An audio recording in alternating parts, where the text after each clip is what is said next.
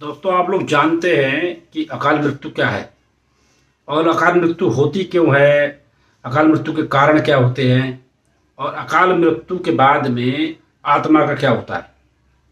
अगर ये सब बातें आप लोग नहीं जानते हैं तो ये वीडियो पूर्णतः आपके लिए बनी है, इसलिए प्लीज़ वीडियो में बने रहिए हमारे साथ एंड तक। तो नमस्कार दोस्तों, मेरा नाम है संदीप सिंह और मेरे चैनल संदीप सिंह ब्लॉग्स में आप सभी का स्वागत है। सबसे पहले तो दोस्तों हम ये जानेंगे कि अकाल मृत्यु होती क्यों है, इसके होने का मेन रीजन क्या होता है, और उससे पहले हम ये जानेंगे कि अकाल मृत्यु कहते किसे हैं। गरुड़ पुराण के हिसाब से मैं आपसे बात कर रहा हूँ। गरुड़ पुराण में एक इंसान की जो लाइफ है वो 100 साल बताई गई है। हालांकि अभी हमारी लाइफ मैक्सिमम 70 साल, 65 साल, 60 साल, 80 साल ऐसे ही रह जाती है, लेकिन गरुड़ पुराण के हिसाब से हमारी लाइफ जो है 100 साल है। अगर हमें कुछ होता नहीं है, हमारी अकाल मृत्यु नहीं होती है, तो हम 100 साल तक जिएंगे, ऐसा गरुड़ पुराण में लिखा गया है। तो उसके हिसाब से अकाल मृत्यु क्या होती है मैं आपको बताऊंगा। तो दोस्तों, अकाल मृत्यु होती है जैसे आपको किसी ने मार दिया, आपकी हत्या करवा दी गई, चाहे वो गोली मार के करवाई गई या फांसी लगा के करवाई गई या विष खिला के करवाई गई या गला काट के करवाई गई, किसी भी प्रकार से एन केन प्रकार आपकी हत्या करवा दी गई, वो अकाल मृत्यु के अंतर्गत आता है। आपका एक्सीडेंट करवा दिया गया, वो भी अकाल मृत्यु के अंतर्गत आता है। अब दूसरा ये होता है आत्महत्या। आत्महत्या चाहे वो जहर खा के हो, फांसी पे लटक के हो, गाड़ी के आगे आने से हो या ऊंचाई से कूद जाने से हो, किसी प्रकार से की गई आत्महत्या भी अकाल मृत्यु के अंतर्गत आती है। और तीसरी बात ये कि आप हष्ट पुष्ट हैं लेकिन आपको कोई बीमारी पकड़ लेती है और उस बीमारी की वजह से आपकी मौत हो जाती है उम्र से पहले।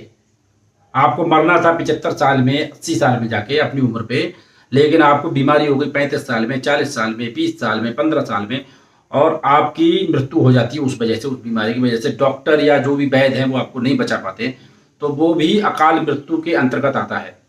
और अकाल मृत्यु में सबसे ज़्यादा बड़ा पाप माना जाता है आत्महत्या को। आत्महत्या को सबसे बड़ा पाप नहीं, महापाप माना जाता है। महापाप इसलिए माना जाता है कि भगवान ने आपको कोई जिंदगी दी, जीवन दान दिया या जीवन दिया या किसी योनि में आपको पैदा किया, और फिर आप क्या करते हैं, आप कर लेते हैं सुसाइड।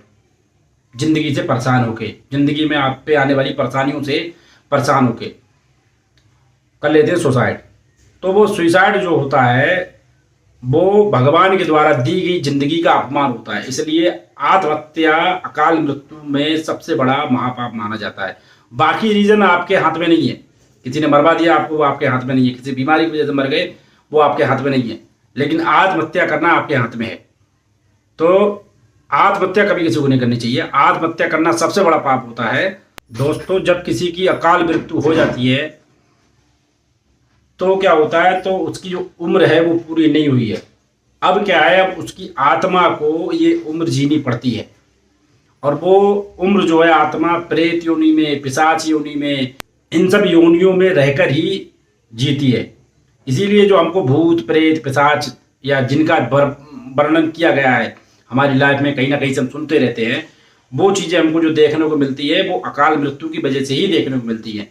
अगर अकाल मृत्यु ना हो लोगों की, तो हमारे वातावरण में, हमारे आसपास जिन लोगों ने देखा है उन लोगों को देखने को नहीं मिलेगा, जिन लोगों ने सुना है उन लोगों को सुनने को नहीं मिलेगा।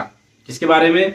भूत के बारे में, प्रेत के बारे में, पिशाच के बारे में, ब्रह्म राक्षस के बारे में, जिन्न के बारे में। बेताल जो होते हैं, बेताल बोलते हैं ना, विक्रम बेताल, तो जो बेताल होता है वो भी अकाल मृत्यु के कारण ही बनते हैं। उन सब के बनने की कुछ ना कुछ वजह होती है। ये तो हो गया आदमियों के मरने, अकाल मृत्यु की वजह। अकाल मृत्यु के बाद ये तो हो गया उनकी आत्मा के साथ में क्या हो रहा है। और अगर कोई औरत की अकाल मृत्यु होती तो वो बन जाती चुड़ैल, पिशाचनी बन जाती है वो। और किसी कन्या की अगर कोई उससे क्या कहते हैं अकाल मृत्यु हो जाती है, जो अविवाहित है और कुंवारी है, तो वो देवी बन जाती है। और वो देवी बन जाती है तभी कभी कभी देखना देवी खेलती हैं, वो देवी ये वाली देवी नहीं होती है कि माता दुर्गा खेल गई, ये सब खेल गई, वो यही वाली देवी खेलती है। एक प्रकार से ये भी आत्मा ही होती हैं और देवी होती है। तो इन सब अकाल मृत्यु वालों को, चाहे वो आदमी हो या वो औरत हो, इनको जो मैंने योनियाँ आपको बताई, इन योनियों में भटकना पड़ता है जब तक इनकी उम्र पूरी नहीं हो जाती है। और ये उम्र भी अकाल मृत्यु के बाद में बढ़ती है। लेकिन किसी की अकाल मृत्यु जैसे बीमारी की वजह से या किसी के कत्ल की वजह से हुई है, या मतलब किसी ने करवाया मरवाया उस वजह से हुई है, तो उनको नॉर्मली अपना भटकना पड़ता है, जितनी उम्र बची होती उतना। लेकिन अगर किसी ने आत्महत्या की है तो उसकी उम्र बढ़ा दी जाती है, उसको सजा के रूप में उसकी उम्र बढ़ा दी जाती है। ऐसे जैसे उसकी 1 साल बढ़ी है तो वो शायद 10 साल या 100 साल कर दी जाती है, उतना भटकना पड़ता है। तो हमारे आसपास जो भूत प्रेत दिखाई देते हैं ना, वो ये वाले होते हैं जो आत्महत्या करके घूम रहे होते हैं। तो आत्महत्या कभी भी नहीं करनी चाहिए। तो दोस्तों ये मेरी वीडियो थी कि अकाल मृत्यु के बाद में आत्मा का क्या होता है, उसको कैसे भटकना पड़ता है। और आपको ये जानकारी कैसी लगी ये कमेंट सेक्शन में ज़रूर बताएं। और जानकारी अच्छी लगी हो तो एक लाइक ज़रूर कर देना, वीडियो को शेयर करना चाहें तो शेयर कर देना, चैनल को सब्सक्राइब करना बिल्कुल मत भूलना, साथ में बेल आइकन जरूर दबाना, ऑल पे कर देना, उसको पर्सनलाइज करके ऑल पे कर देना, जिससे आपको लेटेस्ट अपडेट मिलते रहें जैसे ही मैं वीडियो डालूं तुरंत। तो हम मिलेंगे किसी अगली वीडियो में, तब तक के लिए दोस्तों राम राम, सलाम, प्रणाम, सत श्री अकाल, केम चो, खड़ी खंबा, भारत माता की जय। जय हिंद, जय भारत, वंदे मातरम, जय हो। बने रहिए हमारे साथ।